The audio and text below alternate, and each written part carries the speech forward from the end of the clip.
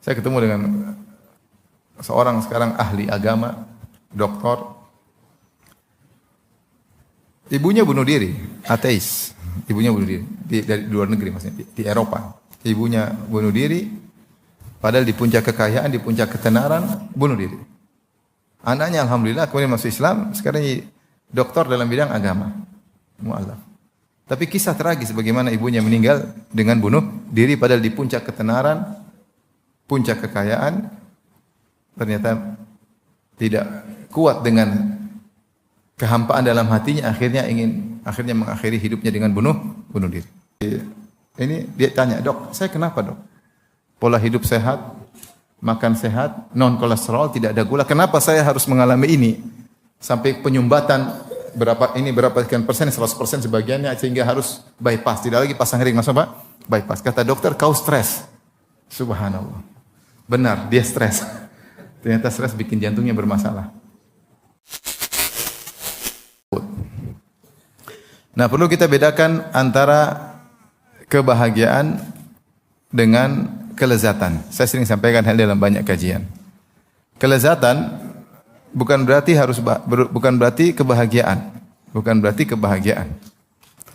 Betapa banyak orang merasakan kelezatan namun hanya sesaat kemudian tidak bahagia. Kemudian tidak bahagia. Seperti misalnya kita lihat orang-orang ketika minum khamar, ya dia ada kelezatan dia rasakan. Fly, kemudian dia menghayal macam-macam, ya. Di situ tubuhnya merasakan kelezatan jasadi, kelezatan fisik. Tapi hatinya menjadi hancur. Setelah dia sadar kembali dia akan merasakan kekeringan dalam hatinya. Demikian seorang misalnya ketika dia berzina, dia merasakan kelezatan. Kelezatan dirasakan setiap berzina, tapi setelah itu hatinya akan merasakan kekeringan dan kegelapan. Demikian seorang misalnya nonton hal yang buruk yang dilarang oleh Allah Subhanahu wa taala, dia nonton berjam-jam, dia merasakan kelezatan. Tapi setelah dia selesai nonton, dia akan merasakan hatinya sangat kering dan sangat menderita. Maka kelezatan tidak melazimkan kebahagiaan. Seorang yang misalnya banyak tertawa, selalu tertawa, ya. Kelihatannya dia bahagia, tetapi hal itu justru mematikan hatinya, mengeringkan hatinya. Makanya Rasulullah SAW bersabda, "La tuksiru ad-dhahik fa inna kathrata ad-dhahik tumitul qulub." Janganlah kalian banyak tertawa karena banyak tertawa akan matikan hati.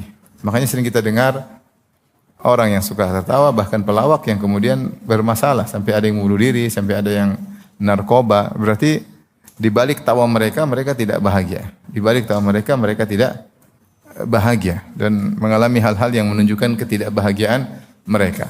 Ini suatu indikasi yang sangat tegas bahwasanya kelezatan tidak mengharuskan kebahagiaan. Bahkan saya sering sampaikan juga, ada orang yang dia bangun malam, kemudian dia menangis dalam salatnya, kemudian dia berdoa, menangis memohon kepada Allah Subhanahu wa taala, dia dekat dengan Allah. Di balik tangisannya dia merasakan kebahagiaan. Dia merasakan hatinya plong, hatinya bahagia padahal dia menangis. Sebaliknya orang yang malam kemudian tertawa tertiwi, minum khamar, berzina, nonton macam-macam, kelihatannya dia happy, ternyata dia tidak happy. Sebagian ulama mengisyaratkan dengan firman Allah Subhanahu wa taala, "Wa man yurid an yahdiyahu yashrah sadrahu lil Islam." Ya. "Wa man yurid an yudhillahu yaj'al sadrahu dayyiqan harijan ka'annama yas'adu fis sama'." Siapa yang Allah inginkan Islam baginya, Allah akan lapangkan dadanya. Dan siapa yang Allah ingin menyesatkannya, menjadikan hatinya sempit, ka'annama yas'adu fis sama', seakan-akan dia naik ke atas. Ada yang mengatakan bahwasanya kalau ke atas maka oksigen semakin kurang sehingga dia semakin susah untuk bernapas. Orang yang di bawah lihat seakan-akan dia happy di atas, di ruang terbuka, leluasa, tapi ternyata dadanya sesak, kekurangan oksigen. Maka demikian sebagian orang yang kalau dilihat orang menyangka dia bahagia, bahkan semua orang ingin seperti dia, padahal dia sendiri dalam kehidupannya sengsara. Kenapa? Karena Allah menciptakan hati ini dengan fitrahnya. Dia hanya bisa bahagia kalau dia mengingat Allah. Dia hanya bisa bahagia kalau dia dekat dengan penciptanya. Ini tidak ada jalan lain kecuali ini. Makanya Allah mengatakan, ya, alladzina amanu wa tatma'innu qulubuhum bi dzikrillah, ala bi dzikrillahi tatma'innul qulub. Dan orang-orang yang beriman dan hati mereka menjadi tenteram dengan mengingat Allah Subhanahu wa taala, maka ketahuilah dengan mengingat Allah hati akan menjadi tenteram. Jadikanlah ini sebagai pegangan hidup kita. Kapan kita ingin bahagia, sudah dekat dengan Allah. Nanti kebahagiaan datang dengan sendirinya. Kapan ingin sengsara, jauhilah Allah, maka akan sengsara dengan sendirinya. Meskipun sarana kebahagiaan, sarana kelezatan berada di tangan kita, tapi yang menguasai hati kita adalah pencipta hati tersebut. Di tangannya lah kebahagiaan dan kesengsaraan hati seseorang. Ikhwan dan akhwat yang dirahmati Allah Subhanahu wa taala. Kalau kita bahas apakah kemaksiatan punya korelasi hubungan dengan kebahagiaan, itu jawabannya iya. Sebagaimana keimanan punya korelasi kuat dengan kebahagiaan. Allah Subhanahu wa taala sebutkan bahwasanya hati ya menjadi rusak karena kemaksiatan. Yang merupakan sumber kebahagiaan menjadi rusak karena kemaksiatan. Ya. Seperti Allah Subhanahu wa taala berfirman ya, tentang orang-orang Bani Israel, "Tsumma qasat qulubukum min ba'di dzalik, fahiya kal hijarati aw ashaddu qaswah." Wa inna minal hijarati lama yatafajjaru minhu al-anhar wa inna minha lama yashaqqaqu fa yakhruju minhu al-ma' wa inna minha lama yahbitu min khasyatillah wa ma Allahu bighafilin amma ta'malun. Kata Allah, kemudian hati kalian setelah itu menjadi keras. Itu hatinya Bani Israel. Padahal mereka dibimbing oleh Nabi Musa alaihissalam. Padahal mereka melihat mukjizat Nabi Musa alaihissalam yang seharusnya itu semua membuat hati mereka menjadi lembut. Tapi karena pembangkangan mereka yang luar biasa, justru sebab-sebab hidayah tersebut mereka abaikan dan hati mereka menjadi keras. Saking kerasnya Allah berfirman, "Fahiya kal hijarah", maka kerasnya seperti batu, "au asyaddu qaswah", bahkan lebih keras daripada batu. Buktinya batu, kata Allah, "Wa inna minal hijarati lama yatafajjaru minhul anhar". Di antara batu ada yang terbelah kemudian keluar sungai dari batu tersebut. Wa inna minha lama yashaqqaqu fa yakhruju minhul ma'. Di antaranya ada yang terbelah kemudian keluar mata air batu tersebut. Artinya batu yang keras bisa terbelah, bisa lobang. Wa inna minha lama yahbitu min khasyatillah. Ada yang jatuh pun karena takut kepada Allah Subhanahu wa taala. Kerasnya hati Bani Israel lebih parah daripada kerasnya batu. Karena sikap pembangkangan yang luar biasa sebagaimana kita baca dalam Al-Qur'an, bagaimana kasarnya mereka kepada Musa, membangkangnya mereka pada Musa ya, sampai mereka mengatakan lan nu'mina laka hatta narallaha jahra wa idz qultum, tatkala kalian berkata wahai Musa, kami tidak bakalan beriman kepada engkau sampai kami lihat Allah langsung, kalau enggak mau beriman. Kurang ajar atau tidak? Kurang ajar banget ya. Ya. Mereka sangat kurang ajar ya. Sudah diturunkan manna wa salwa, mereka mengatakan kami bosan. Jangan makanan dari surga terus, kami ingin bawang dan macam-macam. Qala asbillahi huwa adna billadhi wa khair, kata Nabi Musa, kalian ingin mengganti yang baik diganti dengan keburukan. Ya. Wa idz qultum ya Musa lan nasbiru ala ta'ami wahid fad'u lana rabbaka yukhrij lana mimma tunbitul ardu min baqliha wa qithaiha wa fumiha wa adasiha. Ketika kalian berkata wahai Musa, kalian bosan makan manna wa salwa. Mana salwa makanan dari surga turun, tinggal dimakan, tinggal disantap, siap saji. Mereka, dan itu makanan tidak sama dengan makanan yang lain. Kata mereka, bosan makan ini terus, ganti. Kami ingin makan yang ketimun, bawang. Itu di mana-mana juga ada kan Musa. Jadi mereka seperti itu ya, membangkang kepada Nabi Musa. Sampai mereka mengejek Nabi Musa. Sampai Rasulullah SAW berkata ketika diprotes oleh sebagian orang ketika Rasulullah membagi ghanimah di Ju'rana dianggap tidak adil, maka ada yang berkata hadhihi qismatun ma udila fiha. Ini pembagian Muhammad tidak adil. Hadhihi qismatun ma urida biha wajhullah. Ini pembagian yang tidak ikhlas. Maka Rasulullah SAW berkata, rahimallahu Musa laqad udhiya aktsara min dzalik fasabar. Semoga Allah merahmati Nabi Musa, dia telah diuji lebih parah daripada ini dan dia bersabar. Itu Bani Israel sangat kurang ajar. Maksud saya, gara-gara mereka membangkang-bangkang artinya Allah menjadi mengatakan hati mereka menjadi apa? Keras. Padahal hati sumber kebahagiaan. Ketika kolbu jadi keras akan susah bahagia. Susah banget. Sudah keras. Allah sebutkan juga misalnya tentang goflah yang terlalu lama, lalai terlalu lama. Lihat ini contoh saya katakan dalil ketika hati tidak dekat dengan Allah. Goflah lalai maka dia menjadi keras. Kata Allah, alam ya'ni lil ladzina amanu an takhsha qulubuhum dalam surat Al-Hadid. Alam ya'ni lil ladzina amanu an takhsha qulubuhum li dzikrillah wa ma nazala minal haqq wa la yakunu kal ladzina utul kitaba min qablu fatala alaihimul amadu faqasat qulubuhum wa katsirun minhum fasiqun. Kata Allah Subhanahu wa taala, tidakkah tiba saatnya bagi orang yang beriman an takhsha qulubuhum li dzikrillah agar hati mereka jadi khusyuk dengan berzikir kepada Allah. Ya. Wa ma nazala minal haqq dengan Al-Qur'an dan kebenaran yang turun pada Al-Qur'an. Itu dengan menelah Al-Qur'an, dengan ingat kepada Allah hati menjadi khusyuk. Disitulah bahagia. Kapan hati khusyuk maka dia bahagia. Kemudian Allah ingatkan, wala yakunu kalladzina utul kitaba min qabl dan janganlah orang beriman seperti ahlul kitab sebelumnya. Fatawala alaihimul amad karena kelamaan waktu yaitu mereka dalam ghaflah kata para ahli tafsir. Mereka lalai. Malas baca Taurat, malas ibadah. Lalai. Fatala alaihimul amadu faqasat qulubuhum. Jadi maka jadilah hati mereka menjadi apa? Keras. Wa katsirun minhum fasiqun. Dan kemudian kebanyakan mereka menjadi fasik. Setelah itu Allah kasih isyarat, kasih isyarat dengan analogi. Kata Allah, "I'lamu annallaha yuhyil arda ba'da mautiha." Ketahuilah bahwasanya Allah menghidupkan bumi yang tandus setelah matinya. Dihidupkan dengan apa? Turunkan apa? Hujan. Artinya kalau hatimu keras bukan berarti tidak bisa hidup lagi, bisa. Sirami dengan ayat-ayat Allah, sirami dengan zikir kepada Allah Subhanahu wa taala. Ini gara-gara lama lalai bisa bikin hati jadi tidak bahagia. Antum diam aja merenung, enggak ngapa-ngapain, lama-lama hati menjadi apa? Keras. Harus diisi dengan zikir. Makanya subhanallah di antara hikmah Allah Subhanahu wa taala Allah menjadikan salat 5 waktu di waktu yang berbeda-beda karena hati ini dia kalau dibiarkan terus dia keras, dia mengeras dengan sendirinya. Makanya Rasulullah SAW bersabda, "Innal imana la yakhla'u fi jawfi ahadikum kama yakhla'u thawb." Sungguhnya iman itu menjadi usang dalam hati kalian sebagaimana baju lama-lama jadi usang. Tidak dipakai usang atau tidak? Usang.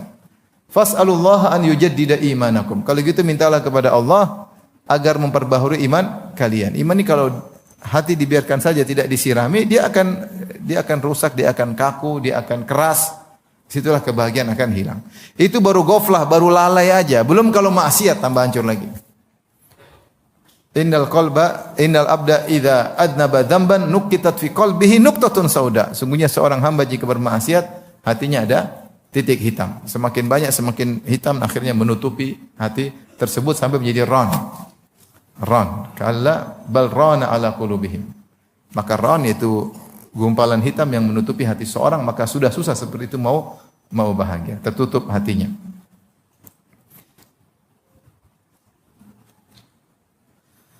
Allah juga berfirman tentang Bani Israel. Kata Allah Subhanahu wa taala ketika mereka bermaksiat dalam surat Al-Maidah ayat 12, "Fabima naqdhihim mitsaqahum la'annahum wa ja'alna qulubahum qasiyah."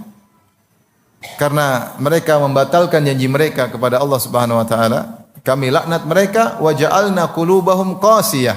Kami jadikan hati mereka menjadi hati yang keras, Maka ini semua dalil bahwasanya maksiat mempengaruhi kondisi hati, yaitu hati sanubari atau qalbu menjadi keras. Kalau sudah keras maka tidak bakalan bahagia meskipun kelihatannya dia happy-happy, meskipun sarana kelezatan berada di tangannya, meskipun uangnya banyak, meskipun hartanya banyak, dia pasti sengsara. Sekarang dengan adanya medsos kita dengar berita ada orang kaya, sudah kaya raya masih apa? Masih narkoba. Kenapa dia tidak menemukan kebahagiaan? Dia tidak menemukan kebahagiaan. Sampai kita heran ada orang di puncak kejayaan, puncak ketenaran malah bunuh diri. Heran. Mana hatinya hampa, kosong. Padahal semua orang ingin seperti dia sendiri hatinya hampa. Hatinya hampa. Saya ketemu dengan seorang sekarang ahli agama, doktor. Ibunya bunuh diri, ateis. Ibunya bunuh diri dari luar negeri maksudnya, di Eropa. Ibunya bunuh diri, padahal di puncak kekayaan, di puncak ketenaran, bunuh diri. Anaknya alhamdulillah kemudian masuk Islam, sekarang jadi doktor dalam bidang agama. Mu'alaf. Tapi kisah tragis bagaimana ibunya meninggal dengan bunuh diri padahal di puncak ketenaran, puncak kekayaan, ternyata tidak kuat dengan kehampaan dalam hatinya, akhirnya mengakhiri hidupnya dengan bunuh diri. Taib. Nah, oleh karenanya kalau kita perhatikan Al-Quran membawakan ayat-ayat mendatangkan kebahagiaan. Berarti lawannya mendatangkan kesengsaraan. Semua ketaatan mendatangkan kebahagiaan. Karena itulah kebutuhan hati kepada mengingat Allah Subhanahu wa taala seperti butuhnya tubuh kita terhadap makanan. Fisik kita kalau enggak makan makanan, fisik kita melemah, kita bisa mati. Hati pun demikian. Dia butuh mengingat Allah Subhanahu wa taala. Ya, makanya tadi saya bilang Allah jadikan salat 5 waktu karena duhur, subuh kita salat kemudian kita lalai kerja macam-macam. Ada waktunya kita ingat lagi Allah. Kalau seandainya tidak ingat, hati kita bisa kacau. Tapi ada waktunya ingat Allah lagi, zuhur. Habis zuhur mungkin tidur, mungkin apa, mungkin macam-macam. Asar ingat Allah lagi. Asar, maghrib ingat lagi. Isya ingat Allah lagi. Kalau sempat bangun malam, ingat Allah lagi. Disitulah hati semakin apa? Semakin bahagia. Semakin bahagia.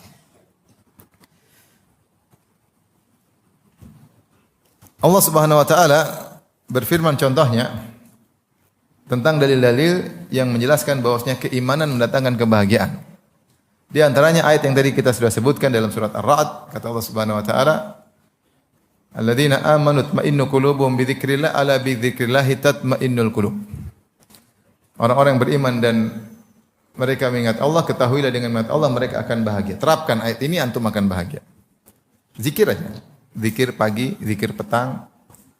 Ketika mau keluar rumah zikir, makan berzikir, habis makan berzikir, biasakan doa kemana-mana. Insya Allah bahagia. Insya Allah bahagia. Naik kendaraan, berzikir, mau safar, berdoa kepada Allah Subhanahu wa taala, masuk sebuah negeri, berdoa kepada Allah Subhanahu wa taala. Insya Allah bahagia. Kenapa? Hati selalu terikat dengan Allah, ingat dengan Allah. Dengan ingat kepada Allah kau akan bahagia. Di tengah jalan sela-sela kita istighfar, astagfirullah, astagfirullah, astagfirullah. Kita berzikir subhanallah, alhamdulillah, wa la ilaha illallah akbar. Di tengah-tengah kesibukan buka Al-Quran satu halaman kita baca, itulah bahagia. Allah yang bilang, sang pemilik hati, sang pencipta hati yang menjamin kalau ingin bahagia, ingatlah Allah Subhanahu wa taala. Ibaratnya kalau dokter bilang, kau ingin tubuhmu kuat ya makan ini, makan ini, makan ini ya, karena fisik manusia memang diciptakan seperti itu. Sekarang kita bicara tentang sanubari. Sanubari, kolbu, hati, dia punya sifat yang lain. Dia punya fitrah yang lain. Fitrahnya kalau ingat penciptanya dia akan bahagia. Maka demikianlah kata Allah, ala bi dzikrillah tatmainnul qulub. Ketahui dengan mengingat Allah kalian akan bahagia. Baik. Ini semua orang tahu ayat ini atau sering dengar maknanya. Tapi siapa yang mempraktekannya? Siapa yang mempraktekannya? Padahal kalau dia praktekkan dia bahagia. Mudah bahagia. Bangun malam, bangunkan istri jam 3:30 salat malam sama istri. Jadi imam, istri jadi makmum. Habis itu berdoa, menangis. Sudah bahagia. Kalau hafalan sedikit sudah salat sendiri-sendiri. Kalau hafalan banyak jadi mudah, udah gitu bahagia. Enggak usah ke Paris, enggak usah ke Tegal, enggak usah. Kemana? Enggak usah ke Casablanca, udah. Ke Cikarang selesai, tapi malam salat malam. Bahagia. Mudah, benar enggak susah. Orang bahagia itu mudah. Cuma mau atau tidak itu aja. Perlu perjuangan sedikit tapi bahagia. Pasang alarm, langsung pasang 3. Satu di atas kulkas, satu di bawah tempat tidur, satu di telinga istri. Insya Allah bangun. Bangun sholat selesai, sholat malam bahagia. Masalah banyak menumpuk, insya Allah plong. Selesai. Mudah. Cuma kita nggak mau melakukan itu aja. Bahagia mudah. Sebelum tidur baca Quran. Setengah juz, 1/4 juz, 2 halaman. Bahagia. Masalahnya kita sebelum tidur kita merojaah medsos, itu masalahnya. Nah, gimana bahagia? Jadi, tapi ini contoh zikir. Mengingat Allah bikin bahagia Mengingat dunia bikin hati sengsara. Ya, dunia bikin hati. Ini contoh, maksudnya lawan.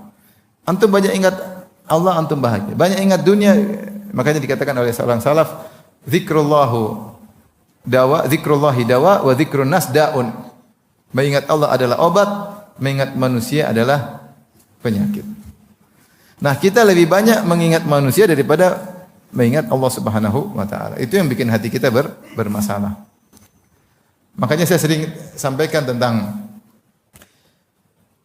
ini hal yang sepele tapi menurut saya sangat benar ya. Ketika ada orang yang minum kopi banyak, ini saya pernah baca di Twitter dulu, ada orang sampaikan, ada yang share, dia minum kopi banyak, minum kopi Arab, sampai ada yang datang kepada dia tanya, kepo, saya lihat kamu banyak sekali minum kohwa, kopi Arab, apa sebabnya? Kepo atau tidak? Kepo. Oh, dia minum kopi banyak kok ditanya-tanya. Akhirnya yang minum kopi banyak ini bilang, saya minum kopi banyak karena kakek saya umurnya lebih dari 100 tahun. Kok bisa? Karena kakek saya nggak suka tanya-tanya seperti kamu.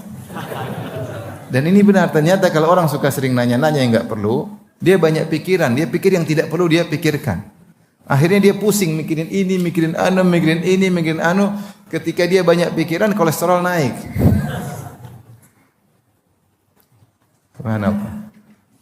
Baru kemarin ada teman saya dari malam main ke rumah, kerja di Aramco 20 tahun, orang Indonesia.